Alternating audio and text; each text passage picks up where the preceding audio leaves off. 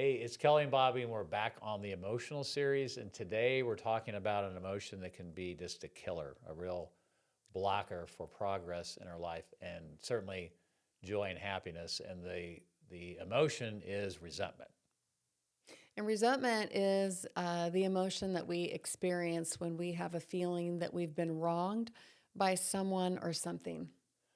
Yeah, and it could be imaginary, or it could be real, but oftentimes it's just our perception of what happened. Now, maybe you were wronged, and maybe what happened wasn't right, but the habitual dwelling on that emotion and that resentment just builds more anger, more frustration, and, and invariably it's just going to end up blocking the good that we want or we deserve in our life.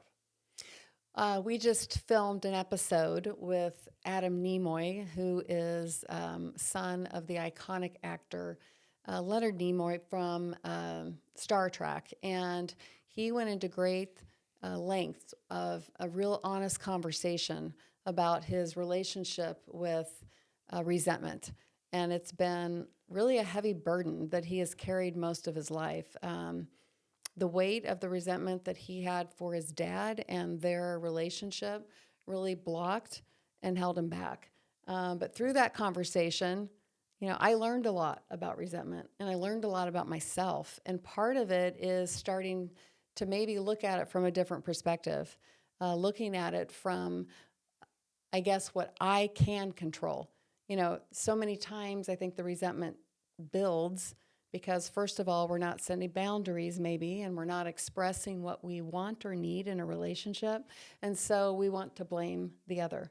But then to possibly step back and really consider what has been my contribution here and what am I responsible for, but more importantly, what I can control and what I can change. Yeah, what was interesting about what Adam shared was that he admitted at some point in the conversation that um, when we experience this type of emotion, typically it's tied back to seeing something in somebody else, something that we actually don't like about ourselves. It's a character trait that we identify to. And so the way that we make ourselves feel better and we rationalize it is we point our finger at the other person.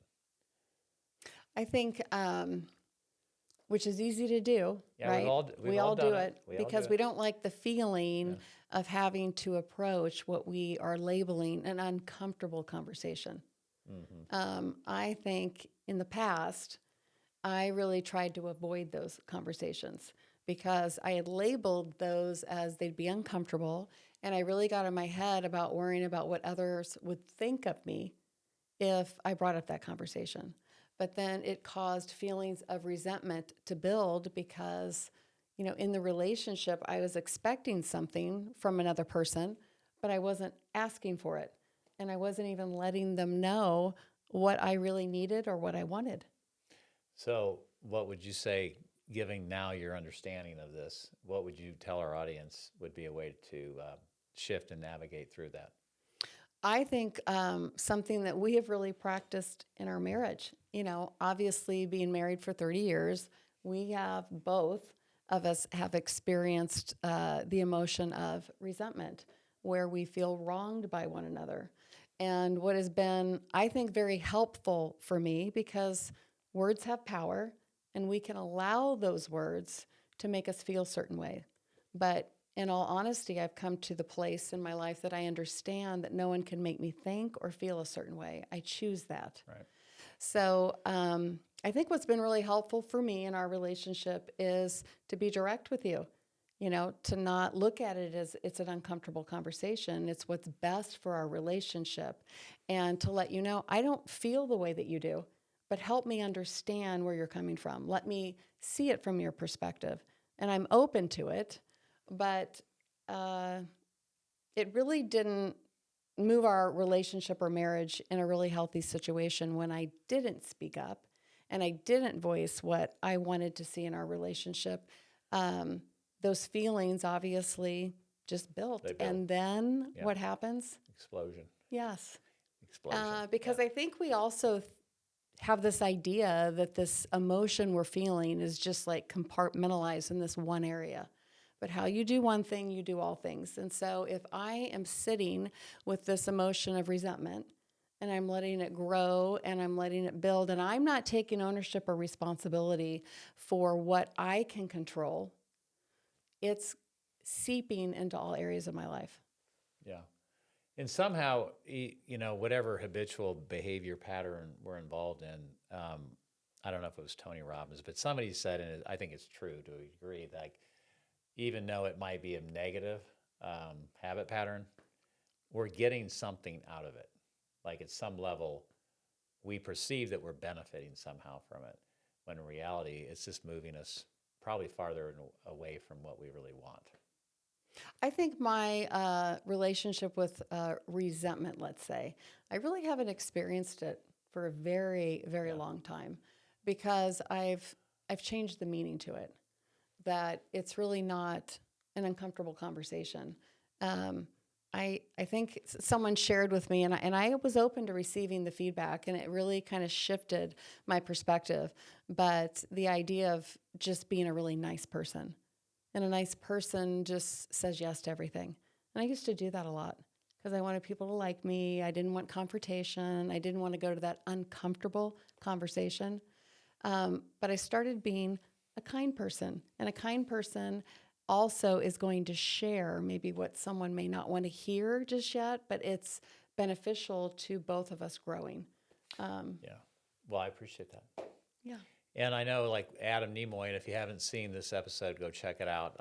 We've got it up now on all platforms. But Adam mentioned that once he was able to go through this process that he went through of letting it go, letting the resentment go, it opened a space for his dad to start engaging in a conversation. And he talked about the fact that he didn't even expect his dad to apologize because he knew he wasn't going to do it.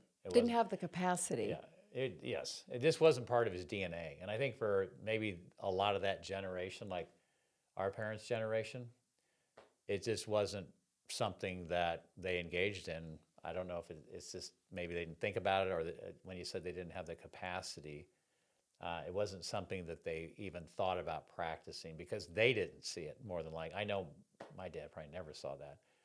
So, yeah, and then if you're not practicing, it's probably not going to be delivered the exact way that you feel you should receive it. So the willingness to accept it how it comes. So the moral of the story, maybe for me anyway, is I think we all could use a little levity and just lighten up a little bit and be aware that whatever somebody's doing or thinking or behaving, they're doing it for whatever reason. They think for them, it's benefiting them somehow. But I think there's this old adage, perceive more, judge less. And when you do, you usually find out that there's something going on something missing that. that you weren't aware of, Yep. that helps you move to a state of empathy. Okay. We're going to wrap this one up. This one, again, was on resentment. We'll see you next time on the Emotional Series.